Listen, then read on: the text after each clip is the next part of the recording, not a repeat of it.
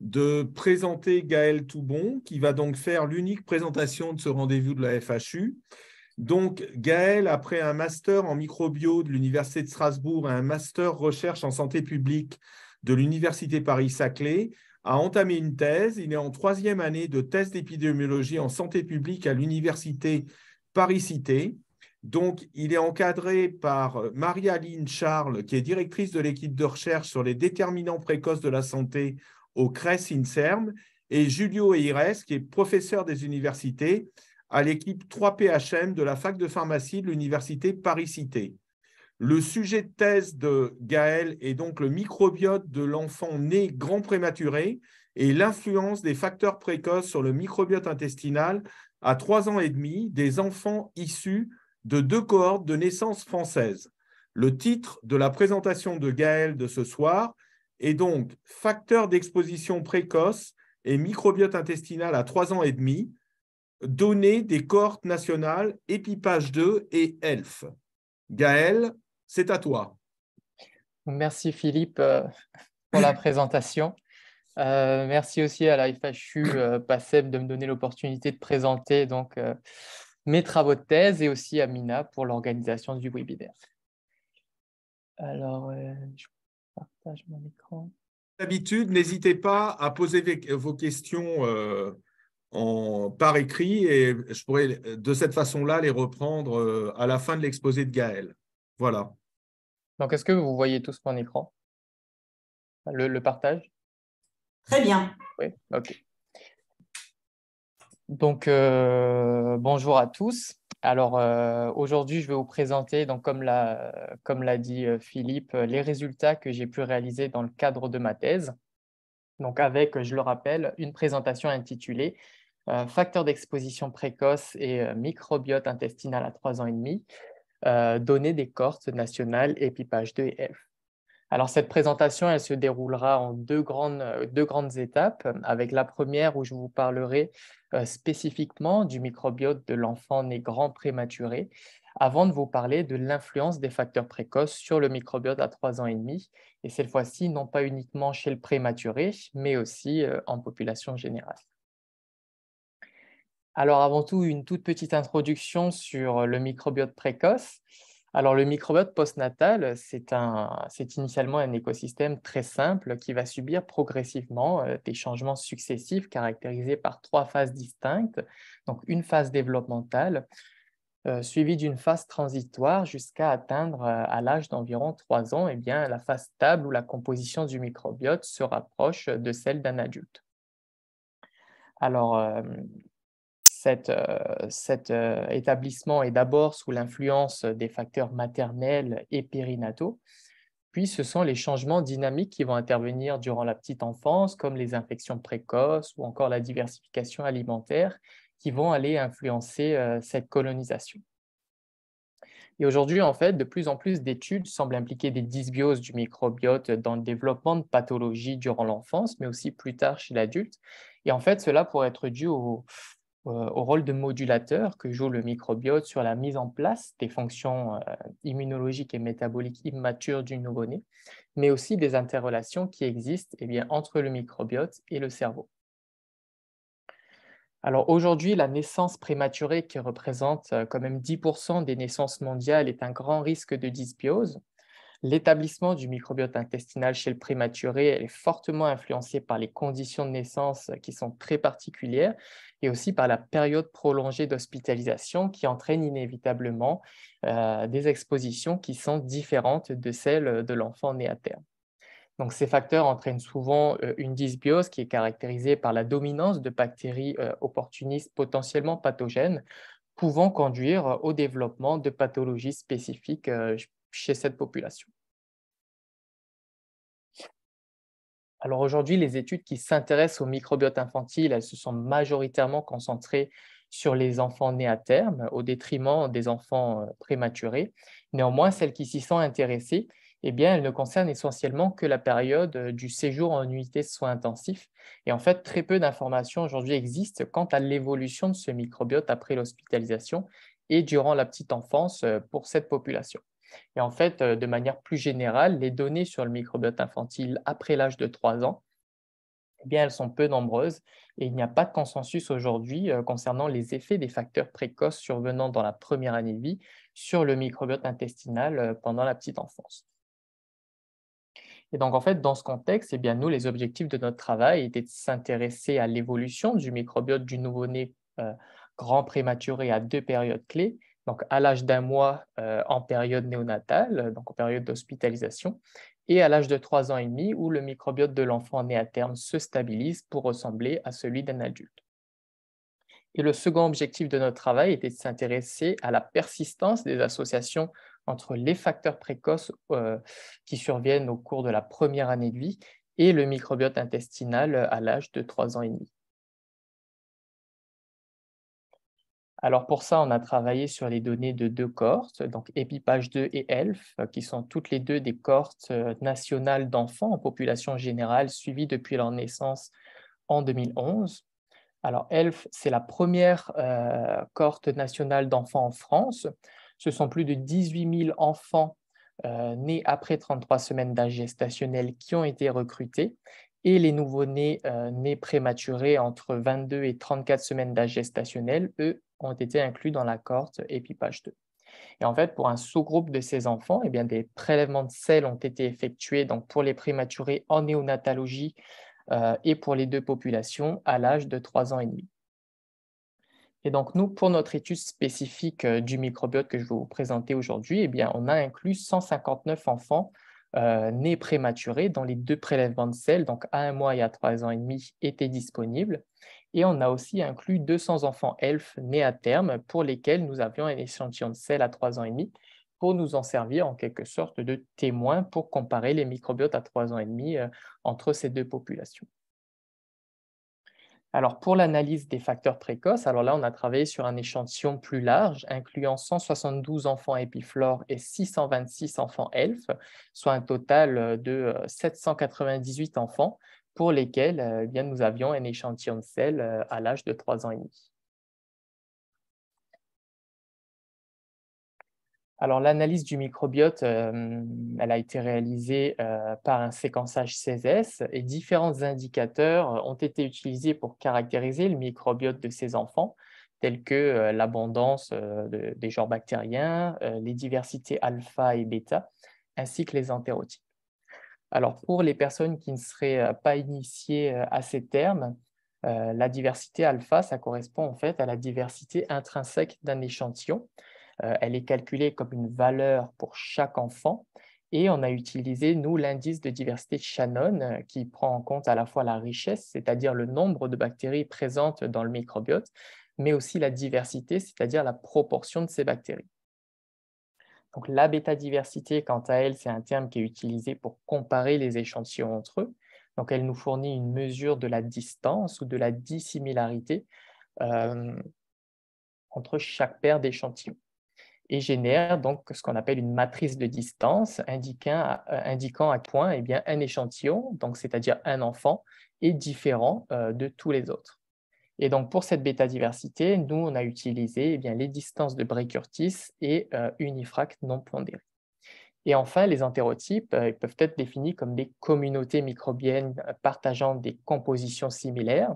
Donc tout simplement, eh bien, ce sont des groupes d'enfants qui partagent les mêmes profils de microbiote et ces entérotypes, eh bien, nous, on les a mis en évidence via une méthode qui est bien décrite dans la littérature pour la mise en évidence des entérotypes chez l'homme. Alors, l'analyse du microbiote des prématurés à 1 mois, donc vous le voyez sur ces figures, a révélé une structure de microbiote très variable, caractérisée par 5 entérotypes différents, chacun dominé par un genre bactérien spécifique, comme vous pouvez le voir sur cette figure, donc parmi lesquels le genre Enterobacter, Clostridium sensu stricto, Escherichia, Enterococcus ou encore Staphylococcus. Et en fait, un 6e cluster a aussi été mis en évidence et il correspond aux enfants eh bien, pour lesquels la masse bactérienne était trop faible dans les selles pour toute amplification d'ADN et qui ne possèdent donc pas de données de séquençage et qui sont par définition absents de ces figures. Et donc sur les box-plots de droite, vous pouvez voir la bêta-diversité au sein de ces entérotypes, indiquant, vous le voyez, une très grande hétérogénéité à cet âge. Donc, à 3 ans et demi, là, le microbiote de ces mêmes enfants, eh bien, il était caractérisé par seulement plus que 2 entérotypes, représentés donc ici sur cette figure. Chacun dominé donc soit par la dominance du genre Bacteroides, qui regroupait en fait la majorité des enfants, ou alors par une dominance du genre Prevotella.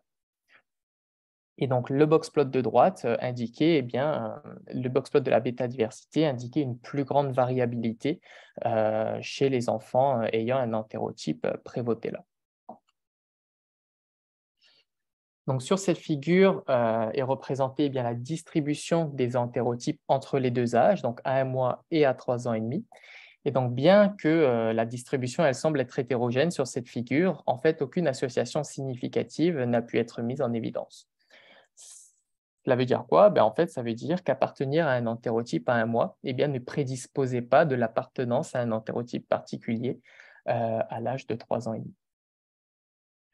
Alors, en termes de diversité alpha et bêta entre 1 mois et 3 ans et demi, eh bien là encore, aucune corrélation n'a été mise en évidence. Autrement dit, pour la diversité alpha, eh bien, les enfants les plus diversifiés à 1 mois eh bien, ne se retrouvaient pas systématiquement avec des microbiotes plus diversifiés à l'âge de 3 ans et demi. Et pour la diversité bêta, eh bien, les enfants ayant des structures proches à 1 mois, eh bien, ils ne conservaient pas cette proximité à l'âge de 3 ans et demi. Et enfin, à 3 ans et demi, donc ici représenté par la couleur bleu foncé, eh bien, les enfants y présentaient un microbiote plus diversifié, comme vous pouvez le voir, avec un indice alpha plus élevé et un microbiote plus homogène, avec, vous voyez, des distances plus faibles, c'est-à-dire en fait que les enfants, eh bien, à 3 ans et demi, ils étaient plus semblables entre eux qu'ils ne l'étaient à l'âge d'1 mois. Alors, on a ensuite comparé le microbiote des enfants nés prématurés et à terme, à 3 ans et demi, tout d'abord en termes de diversité. Donc, ce sont les figures qui sont représentées ici. Donc, le boxplot de gauche nous montre que les enfants prématurés, donc représentés par la couleur bleu clair, eh bien, ils étaient caractérisés par une plus faible diversité alpha. Et la figure de droite, qui traduit la diversité entre les échantillons, eh bien, indique que la structure du microbiote eh bien, elle était significativement différente entre les deux populations. Donc, on a ensuite comparé la structure des microbiotes en termes d'entérotypes. Donc là, les mêmes entérotypes dominés par les deux genres Bacteroides ou Prevotella ont été mis en évidence chez les enfants témoins. Et donc, la proportion de ces entérotypes, vous le voyez, eh bien, elle était homogène entre les deux groupes. Alors, on vient de le voir, il semble toujours y avoir un impact de l'âge gestationnel sur le microbiote à 3 ans et demi. Mais en plus de ce facteur spécifique, eh bien, nous, on s'est intéressé à 20 autres facteurs précoces connus dans la littérature pour leur influence sur le microbiote. Et donc, on a voulu tester eh bien, la persistance de ces facteurs sur le microbiote à 3 ans et demi. Et cette fois-ci, comme je le disais précédemment, sur une plus grande population de 798 enfants. Donc, parmi ces 20 facteurs, des facteurs périnataux, tels que bien sûr l'âge gestationnel, mais aussi le mode de naissance, l'antibiothérapie néonatale, ainsi que la pratique du pot à pot. Des facteurs maternels, tels que l'IMC maternel préconceptionnel, l'alimentation de la mère, ainsi que son pays de naissance. L'alimentation de l'enfant, avec son allaitement, mais aussi son âge à la diversification, ainsi que l'âge d'introduction de différents aliments, qui incluaient bien les légumes, les fruits, le poisson et aussi la viande. Et enfin, des facteurs environnementaux, donc, tels que le mode de garde et le nombre de frères et sœurs à 1 an à la maison, ainsi que l'environnement urbain ou rural de l'habitation à l'âge de 2 mois. Et en fait, chacun de ces facteurs était présent donc, soit pour les deux cohortes, donc c'est ceux qui sont entourés en vert sur la slide, ou alors ils étaient présents uniquement pour une seule des deux cohortes.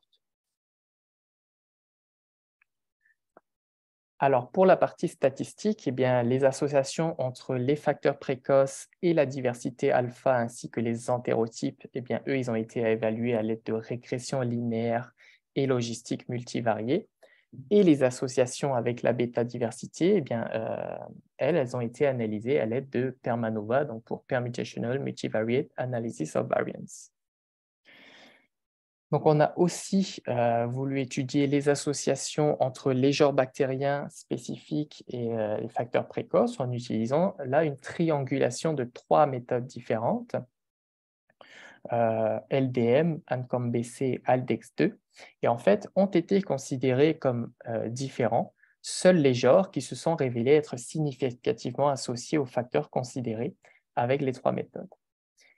Et en fait, pour tous les modèles, donc non seulement pour les tests d'abondance différentielle, mais aussi pour les analyses de diversité ainsi que les entérotypes, donc chaque facteur d'intérêt a été ajusté pour un ensemble de facteurs de confusion identifiés à l'aide d'un DAG, en y incluant donc à la fois les expositions précoces, mais aussi les variables sociodémographiques maternelles, telles que l'âge maternel, son niveau d'éducation ainsi que ses niveaux de revenus. Et donc, les résultats pour les diversités, parmi les facteurs périnataux, donc qui sont colorés en orange sur mes figures, l'âge gestationnel était associé significativement à la composition globale du microbiote qui est évalué via la bêta-diversité.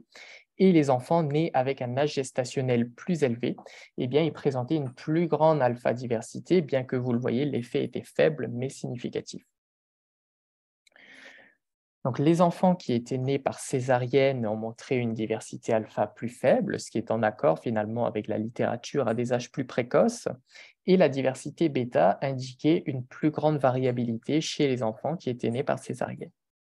Alors, en ce qui concerne les facteurs environnementaux, donc colorés en bleu clair sur ma figure, la présence de frères et sœurs à la maison était associée à la diversité bêta, et donc les enfants vivant avec au moins un frère ou une sœur, vous le voyez, présentaient une diversité alpha plus élevée.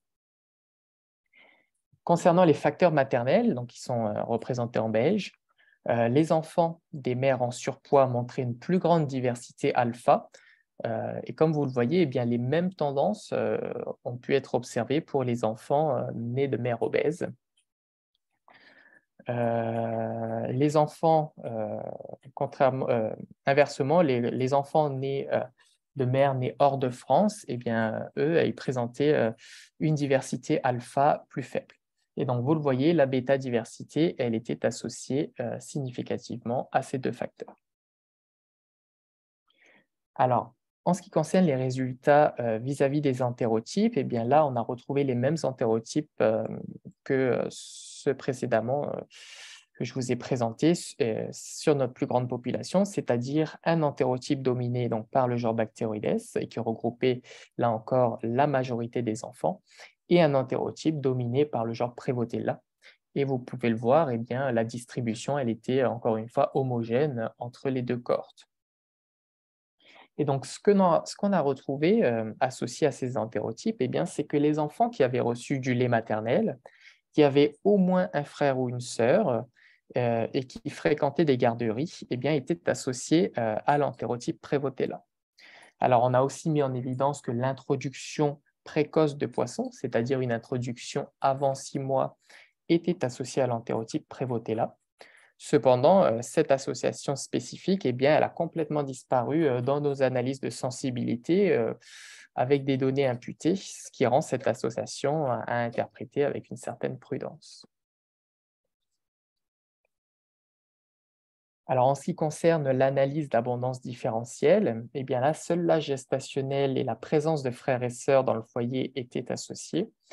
Donc, les enfants nés prématurés étaient caractérisés, donc vous le voyez, par une plus faible abondance de 6 genres bactériens, parmi lesquels le genre Bifidobacterium, ce qui a déjà été finalement observé précédemment dans des populations plus précoces, suggérant que le retard de la colonisation par les bifides chez les nouveau-nés pourrait être un effet durable de la prématurité.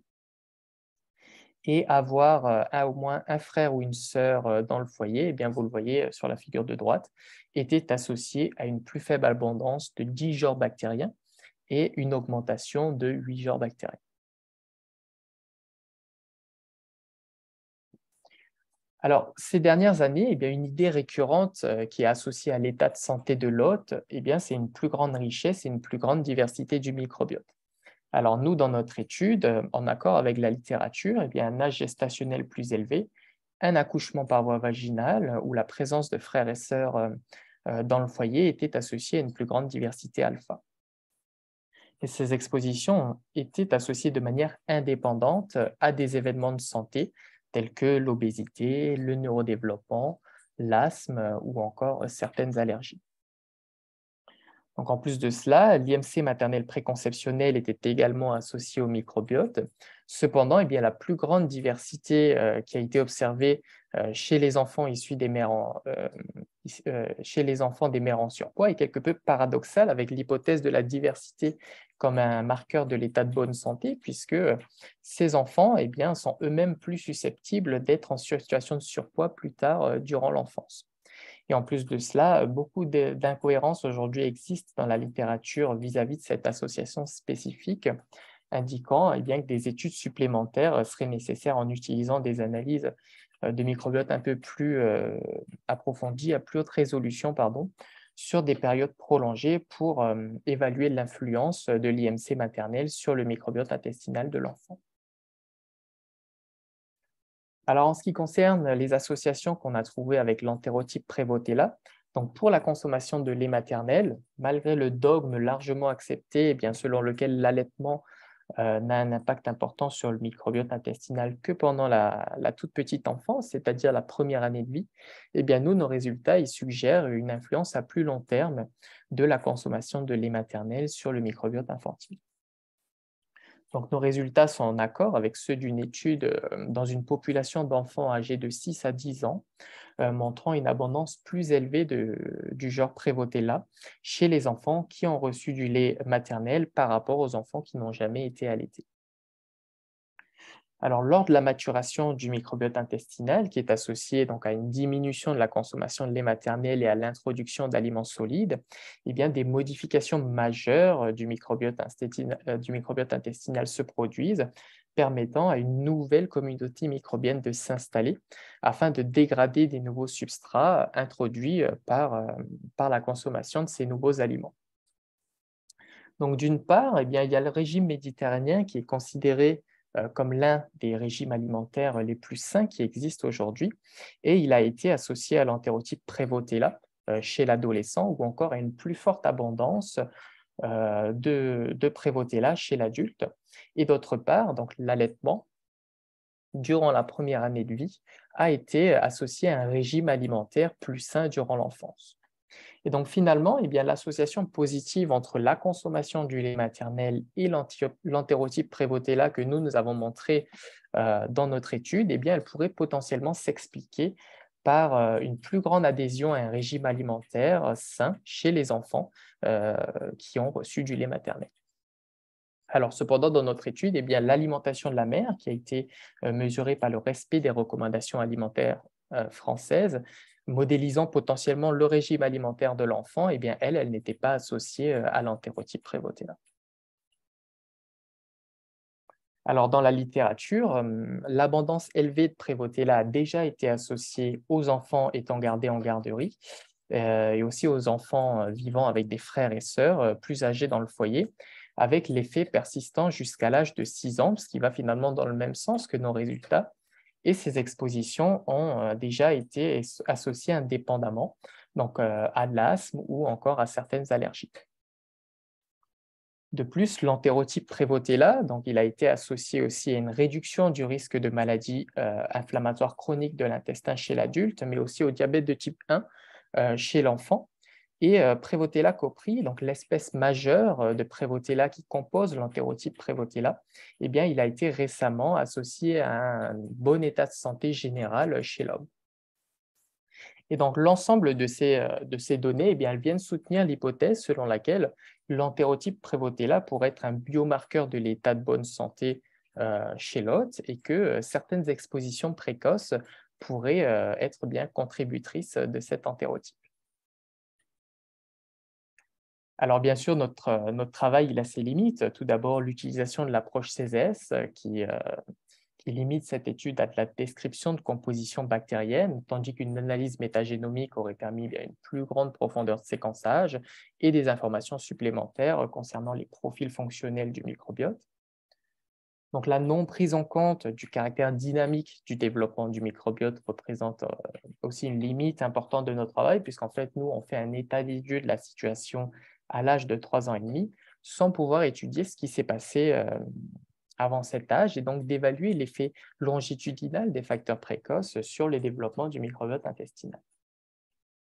Alors, cependant, bien sûr, notre travail il a ses forces, comprenant le recrutement d'une grande population d'enfants issus de 2 cohortes de naissance qui sont bien décrites et qui fournissent bien, une description précise des expositions précoces.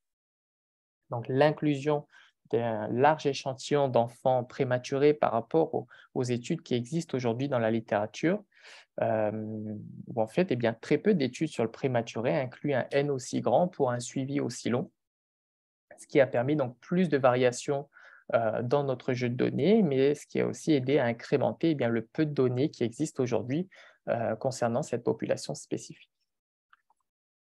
Et enfin, l'utilisation des modèles multivariés prenant en compte la confusion potentielle dans les relations entre les facteurs précoces et le microbiote intestinal est aussi une autre force de cette étude.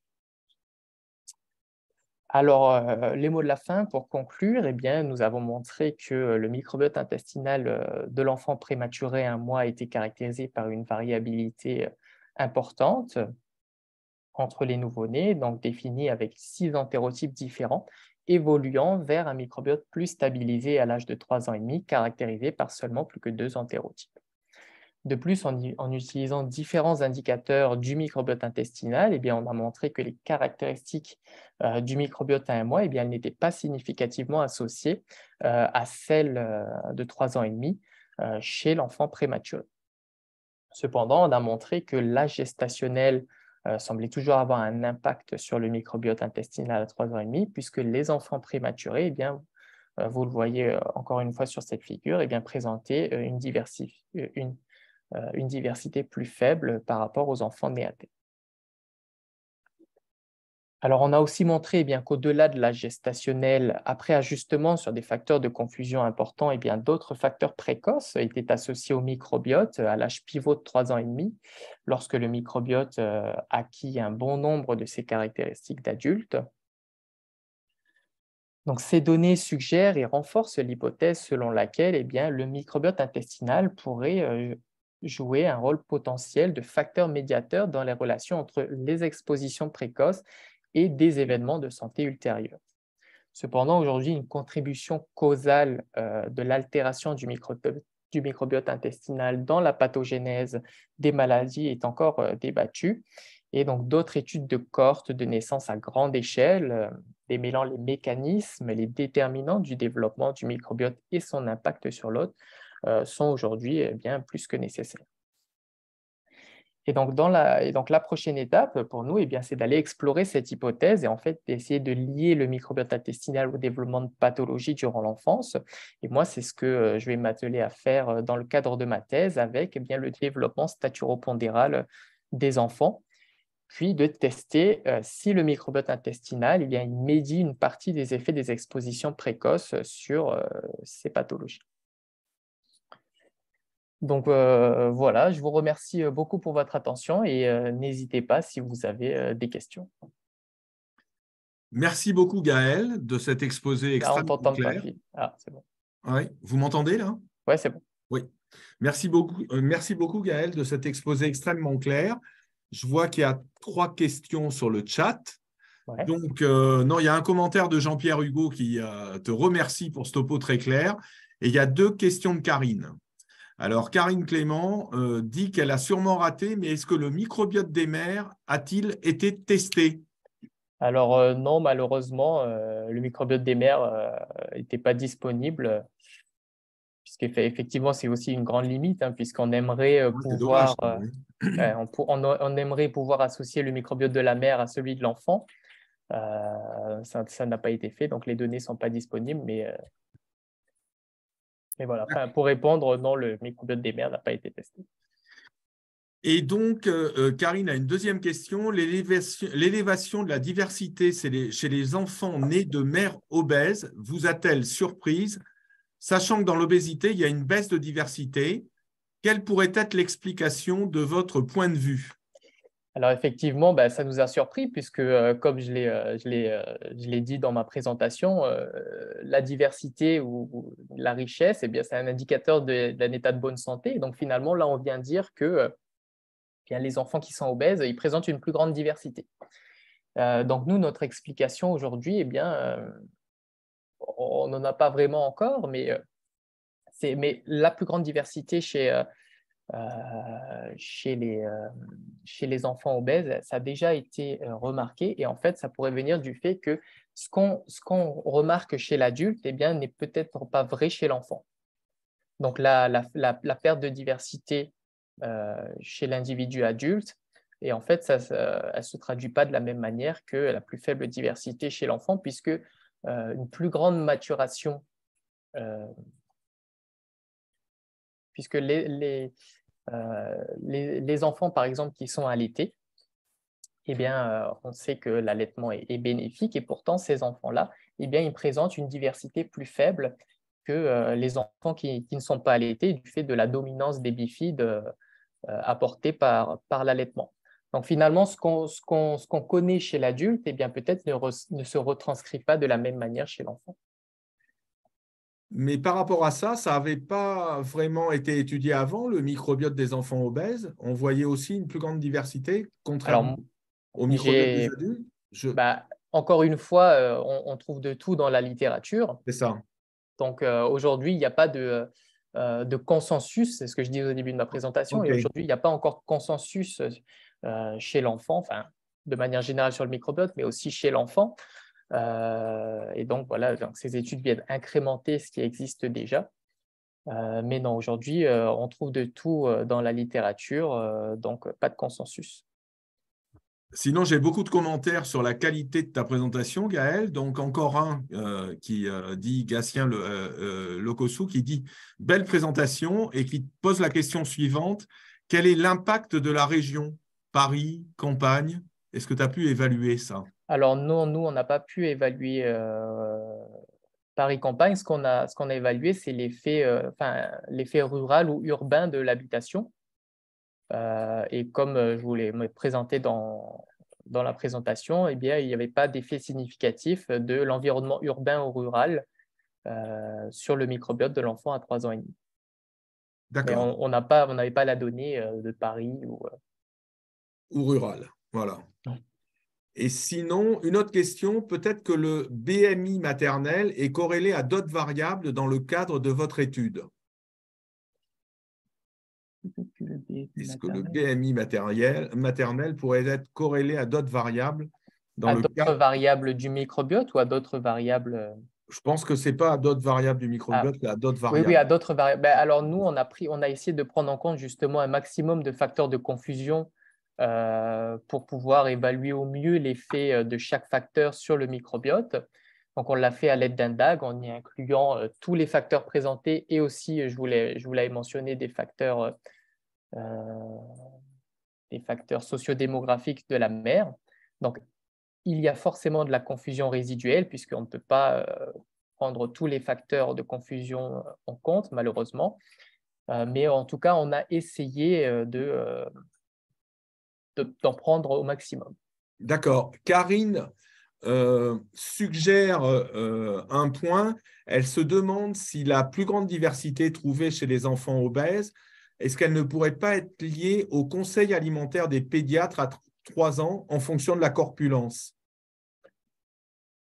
Bah alors, je vous avoue que moi, je ne m'y connais pas du tout en conseil Toi, alimentaire des pédiatres, mais a priori, d'après ce que suggère Karine, il doit y avoir les pédiatres doivent faire des conseils alimentaires en fonction de la corpulence et ça pourrait donner lieu à la plus grande diversité qu'on observe. Mais du coup, ça soulève la question de la cause et la conséquence. Est-ce que l'enfant était déjà obèse et du coup, on lui a prescrit un régime alimentaire particulier qui a entraîné cette diversité ou alors est-ce que cette diversité entraîne bien des changements métaboliques ou je ne sais que d'autres Peut-être pour ça. l'instant. Oui. Voilà, donc c'est toujours le serpent qui se mange la queue Oui. avec le microbiote, le cause et conséquence L'œuf et la poule. aujourd'hui. Voilà, c'est ça. Sinon, j'ai une question qui est très précise qui concerne la diapositive 11. Alors, la question est: la bêta-diversité est présentée via une PCOA. Visuellement, la différence de répartition entre les points pré-terme et full-terme n'est pas évidente. Quel est le test stat derrière? S-Permanova, comme présenté plus tard, slide 13.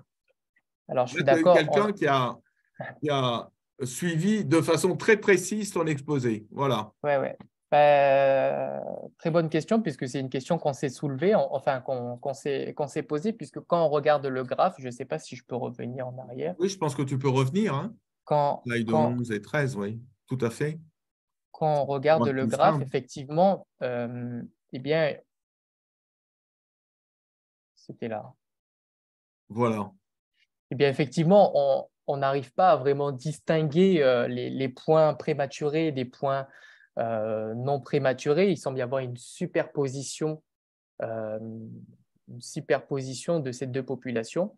Et en fait, le test qu'il y a derrière, effectivement, c'est une permanova.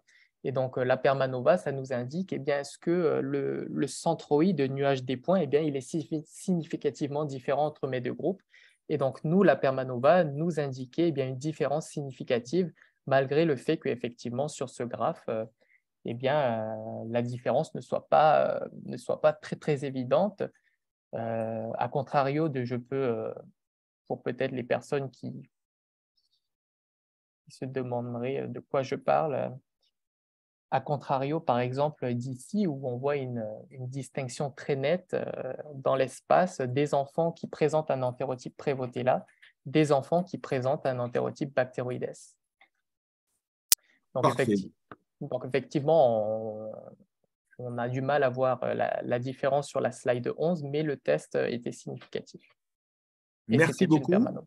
J'ai une autre question. Des enfants plus obèses pourraient-ils présenter une plus grande diversification nutritionnelle?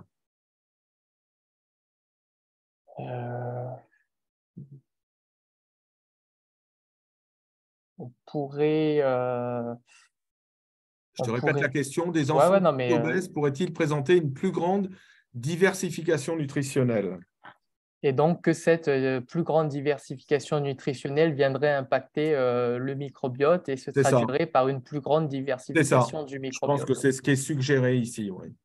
Alors, moi, là, j'ai seulement commencé donc, la littérature et les analyses, puisque dans le cadre de ma thèse, je vais m'intéresser au développement staturopondéral de l'enfant, donc avec les scores d'IMC en relation avec le microbiote. Donc, je viens tout simplement de commencer la littérature sur ce sujet. Et je ne sais pas si une plus grande diversification nutritionnelle J'ai pourrait… pas d'éléments non plus. Ouais. ouais. S'il n'y a pas d'autres questions sur le chat, moi j'en avais une en termes de est-ce qu'on pourrait imaginer, là chez moi dans mon laboratoire, on travaille sur les différences de microbiote chez les nouveau-nés nés par césarienne et nés par voie basse, et on envisage de la recherche de bactéries probiotiques de nouvelle génération ou traditionnelles qui pourraient restaurer les homéostasies. Est-ce que dans le cas des microbiotes d'enfants prématurés, on pourrait appliquer les mêmes stratégies? Est-ce que c'est déjà appliqué? Est-ce que vous envisagez de le faire? Alors, pour le microbiote du prématuré, je ne sais pas. Je sais que pour les enfants qui sont nés par césarienne, aujourd'hui, il existe des inséminations euh, de la flore vaginale de la C'est mère. ça? Donc, il y a des C'est essais ça? randomisés qui Ouais. aujourd'hui existent et les résultats sont sortis, donc des résultats assez probants et qui montrent une restauration du microbiote de l'enfant né par césarienne lorsqu'il y a eu insémination euh, via On la peut flore imaginer vaginale de chez la les mère. prématurés faire le même type de stratégie dans la mesure où tu disais qu'il y avait une plus faible abondance de bifidobactéries, par exemple, chez les prématurés. Ouais. Donc ça, c'est des choses qui pourraient très bien se faire en termes de probiotiques traditionnels. Ouais, c'est des choses qui pourraient se faire et qui seraient top, ouais. Donc, Je pense que j'en ai terminé concernant les questions. Il n'y a plus d'autres questions sur le chat. Si, Philippe, il y a une dernière Oui, il y a question Jules, de… Oui. il y a Jules Lyon, mais ce n'est pas une question, il fait juste un commentaire. Ah oui, il y a une autre question aussi. Il fait juste un commentaire par rapport à la question, il me semble, des enfants plus obèses pourraient-ils présenter une plus grande diversification nutritionnelle? Il dit pas encore pour les prématurés. J'ai une dernière question. Concernant les entérotypes, pour l'ensemble des résultats présentés, vous avez utilisé la méthode d'Arumugam 2011. C'est bien cela. Avez-vous envisagé la méthode qui semble désormais plus admise, basée sur Dirichlet multinomial, utilisée par Costea en 2018? Parce que c'est sûr que la technique utilisée Arumugam là, a donné lieu à pas mal de discussions, on va dire, entre des experts du microbiote, et je comprends la question. Voilà. Alors, effectivement, C'était assez controversé, on va dire, pour rester. on s'est heurté à cette question lors de notre étude. Et en fait, ce que j'ai pas présenté dans cette présentation, c'est que le microbiote à 1 mois, donc on avait 572 échantillons de sel à 1 mois. Et en fait, ces 572 échantillons de sel avaient déjà été analysés donc par le professeur Jean-Christophe Rosé, qui avait utilisé cette méthode. Et en fait, nous, on a utilisé cette méthode puisque on voulait être consistant avec ce qui avait déjà été fait précédemment sur ces enfants-là. Alors, pour être honnête, on a essayé le DMM et en fait, on n'arrivait pas à discriminer puisqu'on avait une… Ah, vous l'avez essayé? On l'a essayé, oui, on l'a essayé. Et en fait, la méthode, elle ne permettait pas de discriminer. En fait, elle discriminait uniquement les échantillons à 1 mois et les échantillons. Alors qu'avec Arumugam, vous avez eu vos 6 clusters, là. Alors qu'avec Arumugam, on a retrouvé ce qui avait déjà été retrouvé initialement. Et c'est pour ça qu'on est parti sur cette méthode-là. D'accord. Ouais. D'accord, j'ai une autre question. Ouais. La faible abondance chez les prématurés ne pourrait-elle pas être corrigée par l'allaitement compte tenu de la diversité du lait maternel, notamment en bifidobactéries? Alors oui, après…